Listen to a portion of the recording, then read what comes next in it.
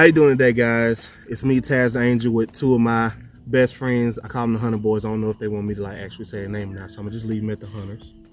They can introduce themselves if they want to. Yeah. So what I'm doing is I'm teaching them how to repair chips in their windshield, and I figured might as well show you all too. So what I'm gonna do first is take this chalk marker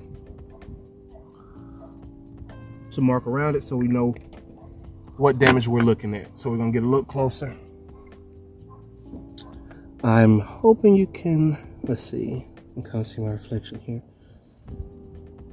There it is. So what we want to do, you see those black lines? We're aiming to get away from those because it's excess dirt, grime, all kinds of things that when you're driving and when your car's sitting, pollen, all of those things accumulating there. And the way those chips spread into cracks, when temperature change, it gets hot or cold. Like say it's cold outside, you get in the car and you turn your heat on. Well, that's a quick change to glass that's already packed in with stuff that's not supposed to be in there. Heat makes things expand. Once they expand, it goes. So I always recommend get it fixed while it looks like this. Don't wait until it's touching the other side of your windshield. While it looks like this, call me. We got to get it together, right? And we will. So we've marked it. What we're gonna do, there's a few different things that we're gonna need. We have a drill. Dremel is the brand that I use. It's the Dremel Light. And I have the drill bit. It's turned upside down so it doesn't break while it's in the case. This is a suction cup that I'm going to need because it's getting darker. And this is the resin I use is UV resin. Okay. So it takes UV rays. So when it's not bright enough, we have a UV flashlight. Then we'll suction cup it there. Once the repair is done, it will seal it in. But this is the end game here. So this is called a bridge. The bridge, after we drill, we're gonna, where that chip was, the opening, the impact mark, or the point of impact, that's what we're going to drill inside of. Once we get inside, you'll hear boom. That's when we know we've pierced that first layer of glass and gotten exactly what we need. Do not continue. Instantly pull out. All right? No children. Get out of there. So once we do that, we're going to use this bridge. Also suction cup it to the windshield, and the resin will be put in through there, and it'll be pushed down through the top part that comes along with it, which is, I got a lot of stuff, y'all. It might be in this top part actually, but don't tell me. Gas to be in here because I don't use it for that. There it is. It's on the towel from when I last cleaned it. Got a little scared. But this is the male piece of it, and it has these O-rings that you will have to, well, if you get the kit for this, it'll come with the kit, but if not, these O-rings come separately from the bridge, as well as this white piece, the end piece. These come separately as well, so keep that in mind if you want to invest in this. But they do sell complete full kits. What I got was a complete full kit. I didn't assemble it sparingly. It came with everything I needed. So to operate the drill, like, it spins on its own regularly, but to take the bit out, you press this blue button and it'll stop it from rotating, and then you twist it off. I'm going to take this bit out and turn it to the proper side. Release. Well, no, keep it actually. I'm going to have to tighten it down. Okay. You don't want to go too tight because you're going to have to hand unscrew it, so you don't want to go too tight on it. I like to have the drill bit out more than too far in, because it gives me a bit more control. This has 4 speeds. I usually don't go past a second, honestly. Only if like absolutely necessary, because sometimes when you're trying to get through the thicker types of glass, it'll take a little bit more time to get through. You don't want to put a lot of pressure down though. When you're drilling, because I want to tell you before I turn it on, because when it turns on you won't hear me. So when you're going through, you do not want to put pressure here. If you put pressure here, you're going to break your drill bit inside the windshield. You don't want to do that. The only point where you actually apply pressure is going to be your fingertips here, almost as if you're writing. Because once you turn the drill on, it's going to rotate. As soon as you put it on the windshield, it's going to go to the area it's rotating. So you have the strength there to keep it still, and you allow it to drill down itself. You put a small amount of pressure, but you keep it here. You don't want to do this because the tip of these bits, don't know if it'll zoom in, especially my face there, but the tip of these bits are so narrow that if you put pressure back here where it's the bulkiest, it'll snap it while it's still rotating. It's too much pressure. So what we're going to do, I'm going to see how this light will do if we go ahead and turn on that, because I know the sun's trying to go down. Yeah, I think that's good enough. If not, I can make it brighter. I think I'll go with that. So you can actually see the spot? Yep. I'm gonna turn you all a little bit. Boom, here we go. It actually perfect. Reflection. So, we're gonna start now. I'm gonna move these back over. I just want you to see those. I don't like them in my area. I usually have, this is my car. I usually have a towel where my arm is because, you know, arms sweat and oils and stuff like that, and I keep a towel here. I mean, this is my car, so I don't care if my bodily fluids on it. So we're gonna start, guys. Let's go. I'll go with the first speed, just one first, to see how it goes.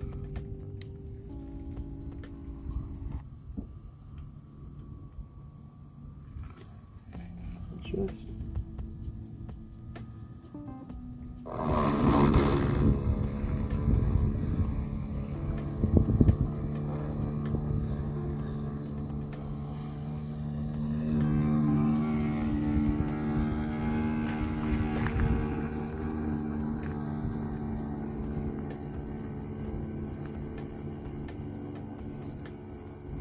it's all about patience.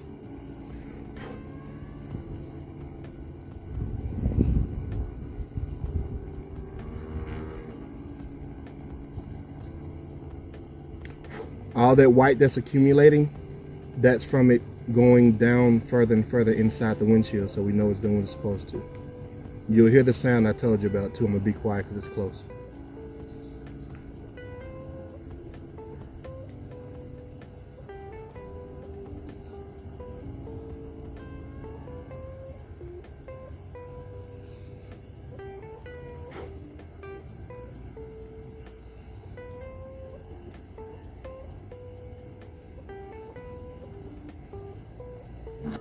Okay, so look at me for a second. What I just heard is something that I'm glad I did hear it. Sometimes, if you pay attention, and it's really, you have to, you might hear cracking while you're doing it. So this is also why I say don't apply pressure directly down into it, because I can hear it a little bit, but because I'm properly going as slow as I need to, because you never want to rush these things, because I'm taking my time, you see it hasn't spread and got worse. That's because I'm listening. And everything you do, pay attention, take pride in it. Let's get back to it. Now I'm going to try it on the second speed though.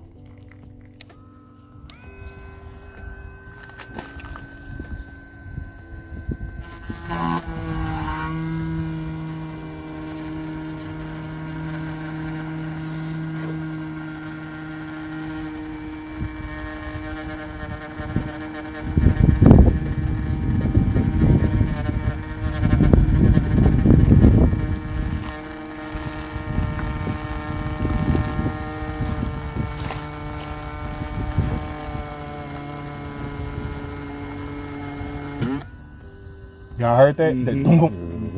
As soon as you hit, get out of there. Because there are some, thank you so much. There are some windshields that have sensors inside. There are others that have a layer of like tint on the inside. There are Once you get past that layer, you get out of there because you don't want to damage any of those other things, because then you become liable for the replacement of that entire windshield. Very costly. You never want to do that.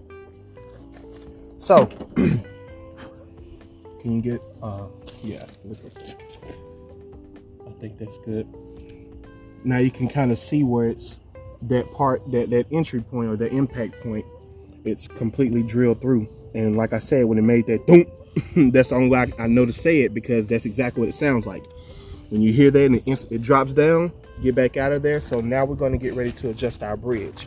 Now, the bridge is adjusted 3 ways.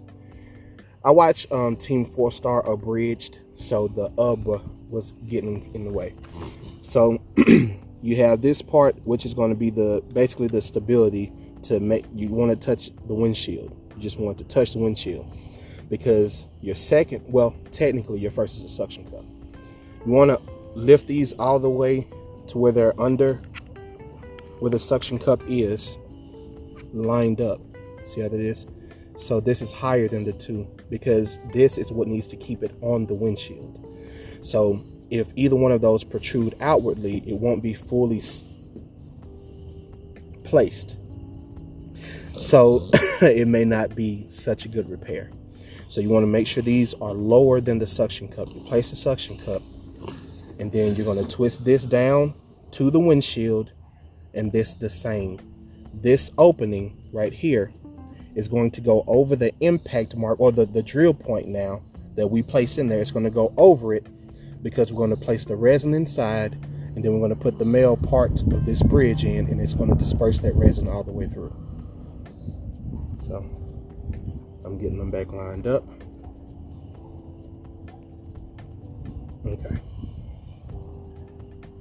The way I do it is I simply look through this and line it up with the actual drill point. So can you get the light up a bit higher? Yeah.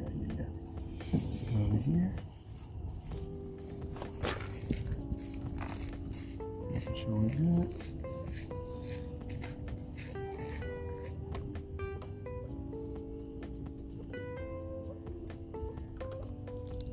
Okay, so now I'm going to seal the suction to it. See how it's placed now? Being that I thumped it, make sure it's still lined up. So, get this down to the windshield. Okay. And we're going to screw this one all the way down to where it's touching the windshield as well. Because once we push that resin through, if you don't have it completely flush to the windshield, then the resin will simply run down the windshield. It won't actually go inside the place where it needs to repair. I have 2 types of resin. I have a 1-step and I have a 2-step. 2-step. So this is the second step in the 2-step. It's called the clear shield. This is what we put over the top to make sure no other, like I said, dirt, pollen, none of those things can actually get back in that repair, which prevents it from spreading. Okay. And these are the other 2. So this is the pit sealer, which is the first step of the 2-step resin. Like I said, for the sake of this video, I'll make it a little bit brighter. There we go. So for the sake of this video, I'm going to use my 1-step, which is it goes inside as well as completely seal it. I'm going to use this one for time's sake, and I actually just prefer it because it's faster. It's 1 step. So for the 2, 3, 4.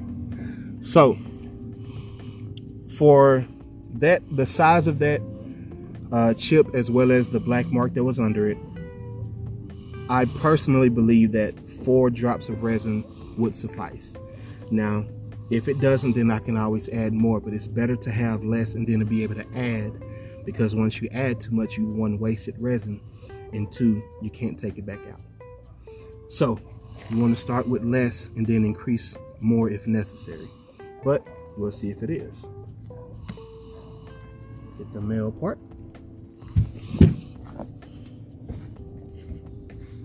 Now while you're twisting down, when you first start, it's easy, but you'll start feeling resistance. Once you start feeling resistance, you want to then look down at the repair that you're working on, as well as the white end piece that comes with it. If you put too much pressure in it, the end piece will start to expand outwardly, and then you will still lose that resin and could possibly crack the windshield.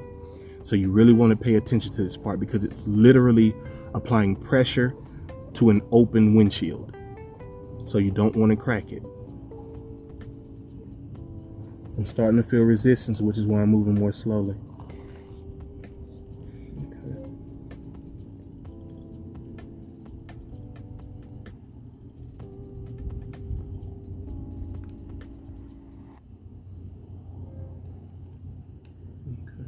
Let me see that flashlight real quick. Because what I like to do is try to look at different angles to see if it's making the blackness go away or not. Starting to. Is it still showing? You asking me? Come over this way a little bit. Okay, I'll show you something about. Ah. Appreciate that.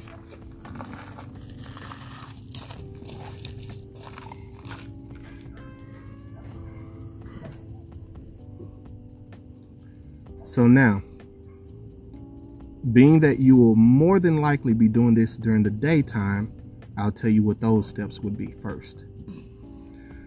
What I would do now is leave this alone, and I would place this towel that I had here the whole time over the bridge. The reason why is because this is again a UV resin. So when the sun is out, if you leave it uncovered rather, the UV rays may cause the resin to dry up before it's fully distributed inside the actual repair. So you want to seal it up to make sure, you want to cover it up to make sure that it goes all the way through, spreads all the way throughout. So I'll leave it there probably about 2 to 5 minutes, depending on the severity of the chip, what I had to do. It's variables, but usually the time frame is around 2 to 3 minutes. I'll leave it that way just to make sure it's all the way through. It probably doesn't take that long because it is a liquid. But for me to know that I'm doing a quality job, because I'm literally putting my name on it, these people are seeing my face, because I take pride in what I do. I'd rather do more than enough than just enough. You know what I'm saying?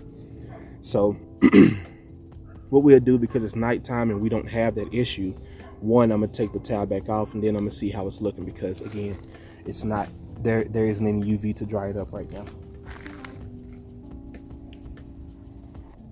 Okay. I don't know if y'all can tell right now, but that black line is almost completely gone. I'm gonna put a little bit more pressure into it so I can push the resin a bit more in deeply. Pause. I always got to keep the pause ready, guys. So, yeah. Now, again, being that this is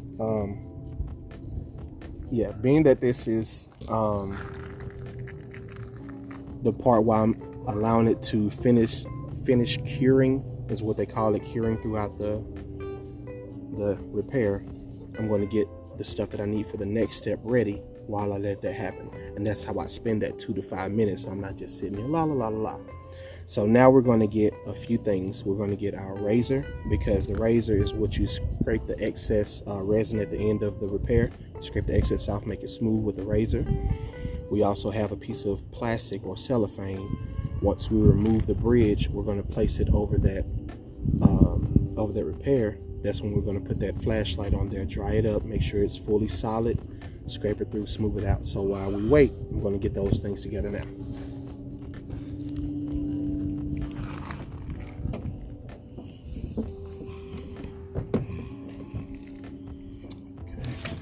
Yep. Here's my pack of razors. Now, if I deemed it so necessary, I have a handheld to make the scraping a lot easier and not so difficult on your fingers. But being that this is a small repair, it's not necessary. I would only use that if it was a windshield really where I had multiple repairs. Because doing this the whole time, that junk, your hands start wanting to lock up on you, bro. So I'll use this because you place the razor in, and I'll show you how to do that. Get one of them out.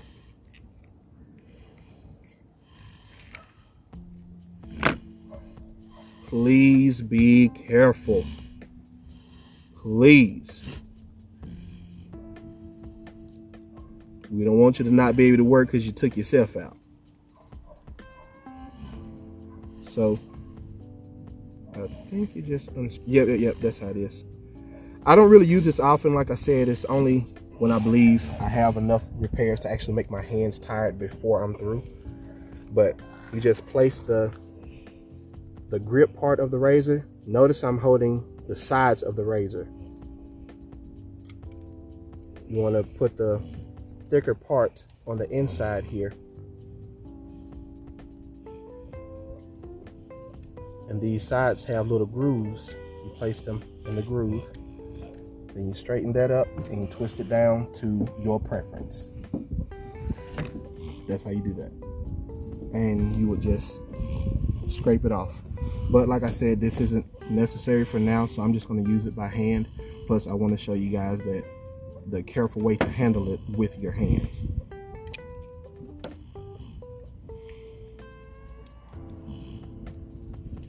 Okay. Piece of plastic. Oh, so this is what I meant when I said those O-rings come in separate packages. These are the O-rings that are on the male piece. And I think I have some more. I may have used all my end pieces up, honestly. Okay, no, I have a few more. A couple more. These two. They kind of look like erasers with holes in the middle, honestly. But I don't think it's the same material, so I wouldn't suggest you subbing them out. Would not suggest that. Okay, here's a piece. So, it came with little plastic square pieces. It's literally just regular plastic. Just regular plastic. I've honestly seen people use the plastic wrappers off their cigarette boxes to use it. They would take the wrapper off, use the razor, cut it into squares, and it worked just fine. Now, I'm not suggesting that, and I'm not suggesting you smoke cigarettes. I'm just saying, if you're resourceful, you're resourceful. You know what I mean? So, I'm going to say it before I do it because I usually keep this in my mouth out of habit.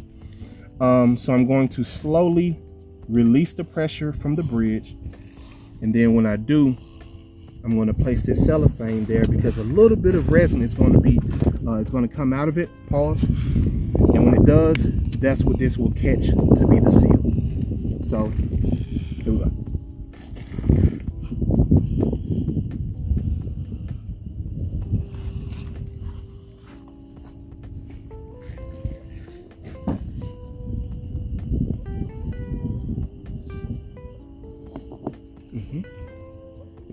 So now that this is clearly not pressurized anymore, I'm going to release the suction of it. When I place this here, right up on the bottom of where that bridge is, so it'll catch the resin as soon as it go down.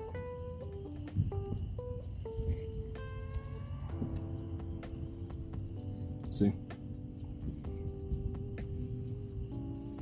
Now, all of the black didn't come out. Most of it did. They're hit or miss as far as the inside. The main thing we want to do is make sure that we have resin inside the, excuse me. No, you're fine, you're fine. I'm just putting this down here. But I just want to make sure there's resin fully inside that repair or that drill mark.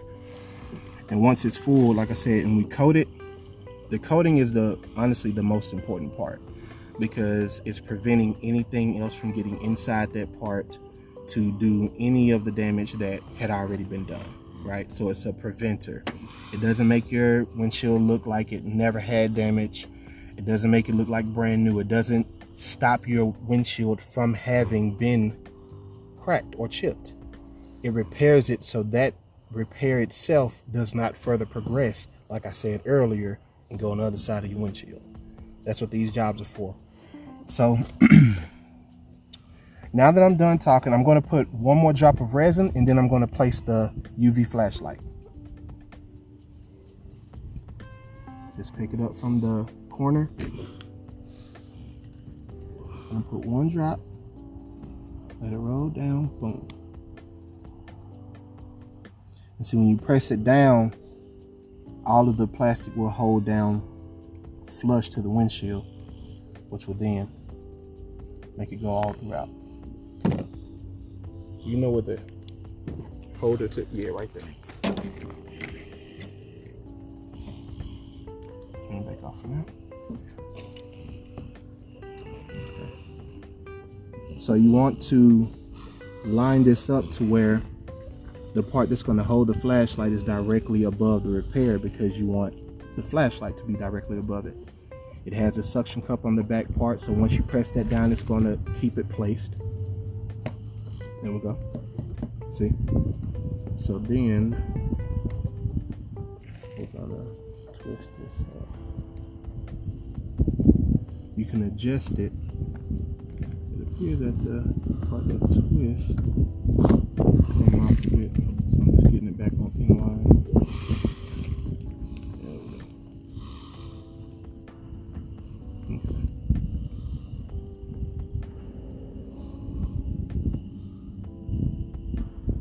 Okay. There we go. Turn the flashlight on. So that's going to give it all the UV rays it needs while it's fully solidifies inside the repair and over it, because again, fill and seal. So this would usually take, honestly, probably about 30 seconds. And what you do just to test is you put your finger on the plastic and just move it. If it moves, of course, it's still liquid. If it doesn't, it's solid. You can remove the plastic, the flashlight, and then scrape it off with the razor. As long as the repair itself is completely smooth at the end, you have done a successful repair. If it is not completely smooth, then you want to try. So yeah, as I was saying, fill and seal. We can actually probably try now. Still moved, still liquid.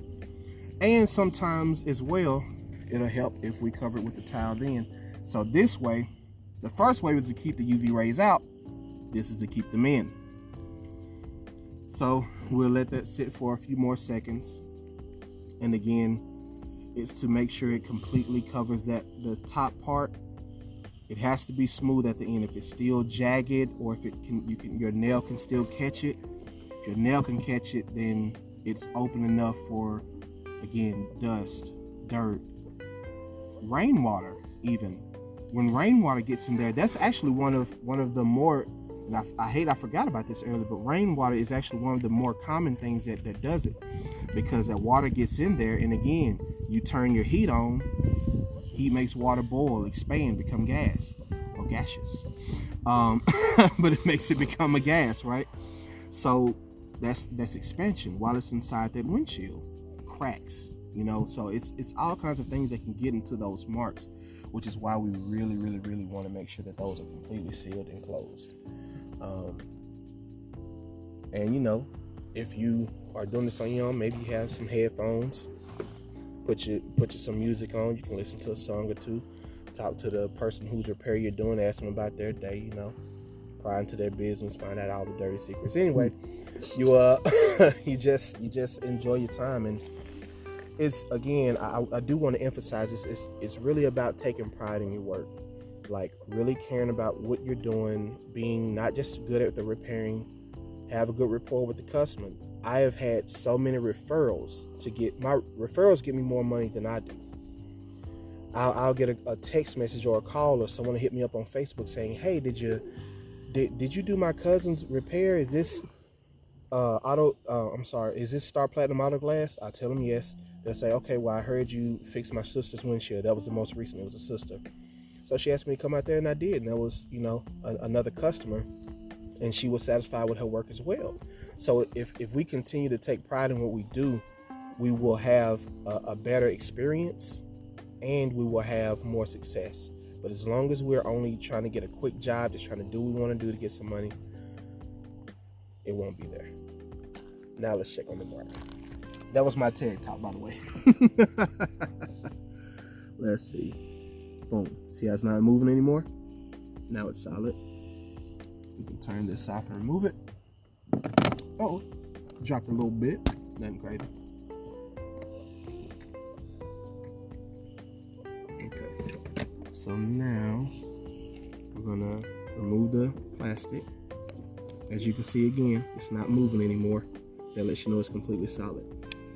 Now sometimes, and I'm glad I'm doing this because it's making me remember things. Sometimes if a windshield has just been washed recently, or they've gotten a wax, that top coat will not stick. So what you have to do, as soon as you start scraping, it'll just come right off like the plastic did, honestly. What you do is you will take your razor and just scrape in that one mark. I'm trying to not make I'm sorry. I'm trying not to make a crazy sound, but you just go back and forth on the windshield, and what you'll do is you'll take the excess wax off only in the space you need it to, which is the repair itself. You don't want to take it off the whole windshield, just the one spot that you're doing the repair to. You want to scrape that wax off, and then you'll reapply that seal. But this one didn't happen like that, so it's going to sound kind of weird, but it comes along with the business.